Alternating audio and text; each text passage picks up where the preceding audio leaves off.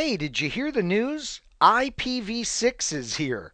So let's talk about addressing designs. And not only are we going to focus on IPv4, but we'll give particular focus to IPv6. Yeah, I find most students today, they're pretty well versed in how they would design a V4 infrastructure, but they are intrigued and maybe even a little intimidated about the next generation of TCP/IP, and that's version 6. It's a pretty well known fact that with V6 and V4 addressing, we can't just haphazardly approach the dissemination of the address information. There are some tried and true design methodologies to make your network more efficient. And that's really what I want to emphasize. In both the V4 and the V6 world of addressing design, I want to emphasize efficiency. And I want to emphasize optimum performance based on the dissemination of addresses. You see, let me give you a quick example. A lot of times you'll hear people go, oh, all right, V4 design, I know what Anthony's going to talk about. He's going to talk about taking a really big routing table and maybe like summarizing that routing table when he sends it over to another router so there are fewer routes in that routing table. And they immediately think that, okay, this will reduce the size of the routing table and therefore take up less RAM on the routing devices. Well, sure, that's true, but I say that's probably one of the least reasons we would want to summarize routes. I mean, after all, our routers today have more and more memory and are capable of much more horsepower. Now, what's more powerful about route summarization is what we call convergence domain reduction. Yeah, convergence domain reduction, meaning when there is a change in one part of the network, that does not need to be communicated to another part of the network. This is another huge benefit of summarization, and I would argue this is much bigger of a deal than reduced routing tables. So, as we go through these tried and true methodologies for designing V4 and V6 addresses, we'll really focus on operational efficiency. Now, hasn't it been a theme as we've moved throughout this CBT Nugget series that we need a plan? Yeah, of course. We definitely need a plan. And with addressing, that is no different. Here's four big questions in order that we're going to want to ask in order to come up with a perfect addressing plan, or as near perfect as we can make it, for an organization. What are the locations that we're going to be accommodating? That's right, let's get all of those topology documents that we drafted maybe for other areas of the network design. We're going to need those to go ahead and list out the locations we're accommodating. What is the number of devices that we need to accommodate in the addressing plan? And remember that this is a bring your own device type of world. So let's really brainstorm on the devices that we're going to need to accommodate with addressing in a particular location. What are the special requirements of some of these locations? Here, what we're primarily talking about is what devices will have static addresses versus what devices will have dynamically DHCP assigned addresses. And then the big one, what are the exact subnet sizes that we are going to utilize in the various locations? Maybe for a particular location, we realize that we are going to have a 48 port switch. And that 48 port switch is going to accommodate the end systems in that particular location. So we go ahead and we assign a subnet of 64 addresses. That's the closest power of 2 number to accommodate the 48 port device that we have in that particular section of the network. So when it comes to the addressing plan, let's remember these 4 important questions. Now, you know what word we've used a lot in this Nugget series? Hierarchy. And I think I shared with you that I was so proud of myself when I could say hierarchical. It took me a long time to be able to say that. Well, listen, hierarchy is hugely important when it comes to addressing. Yeah, what you're going to do is, let's say you have this building. Okay, we'll say building one. You're going to think about how, maybe there's one subnet in here, and then you have building two, and there's a second subnet utilized here. You're going to want to think about aggregating this address space, summarizing this address space as we go to a different area. Yeah, maybe there is two other buildings, building three, and it's got addressing that we don't aggregate, but then there's building four and building five, and we are going to aggregate these addresses here. And then it goes up in the hierarchy and we aggregate right here. Okay, and we aggregate these, and then we have the core of the network. So you see what's happening. We're having multiple levels of aggregation, and this creates a nice hierarchy. Now, what does this do for us? Well, I've already alluded to it in our introduction that it's going to reduce convergence domains, but I want to elaborate on that for you next. You see, it results in what I call the joys of summarization. Look at this simple example. So we've got subnets in this area of the network of 10, 10, 10, 10, 10, 20, 10, 10, 30, all using a 24-bit mask. We make sure we don't have any discontiguous subnets out there, and we say, all right, look, we're going to summarize all of that to 10, 10, 00/16. So the number one benefit everybody thinks about is, yes, smaller routing tables. And let's list that. Okay, smaller routing tables, the SRT acronym that's often overused. All right, so smaller routing tables inside this other area of the network. Awesome, great. But that is not the greatest benefit. Let's talk about the second benefit.